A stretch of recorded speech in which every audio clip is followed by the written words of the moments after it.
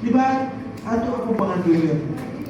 Kaya kung dili kita mabago, pasig din pasig mauwi lamang sa remorse o sa ruin. Pero always remember that when we change, it will be our escape to curses. Because God's plan is abundance and to make us new. Lahi ang Ginoo mo bago. You see with Abraham, when God called Abraham, He said, your name now was not Abraham, but I called you Abraham. And he became the father of faith na ay legacy na nahitabo.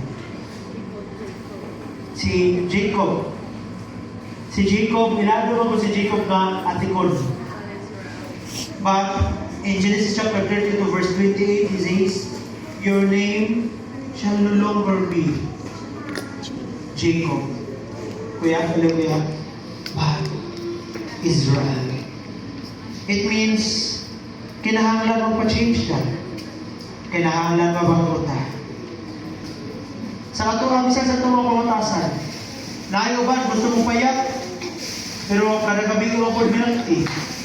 Di ba, saan ang pagbago? Naiwan, gusto murato, pero grabe kayo magagasto. Naiwan, gusto maging close kay Lord, pero kulang mo po sa prayer. Ang desire without discipline is only a wishful thinking. Na ako'y uban, bayon, Pastor, ginamot na lang ko si Lord. Gusto ko makuha na ni Lord, pero akong kasuko, di pa man mawala eh. Pastor, ginamot na lang ko si Lord. Pero akong pride, din sana ako di baguhon. Akong patasan sa di isa ni. You know what? The same with Jacob.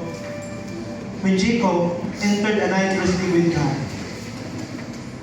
sa liha nga naging-istorya gid siya sa Ginoo, niulit siya nga pangkudan pagkatao. May I request everyone to please stand up?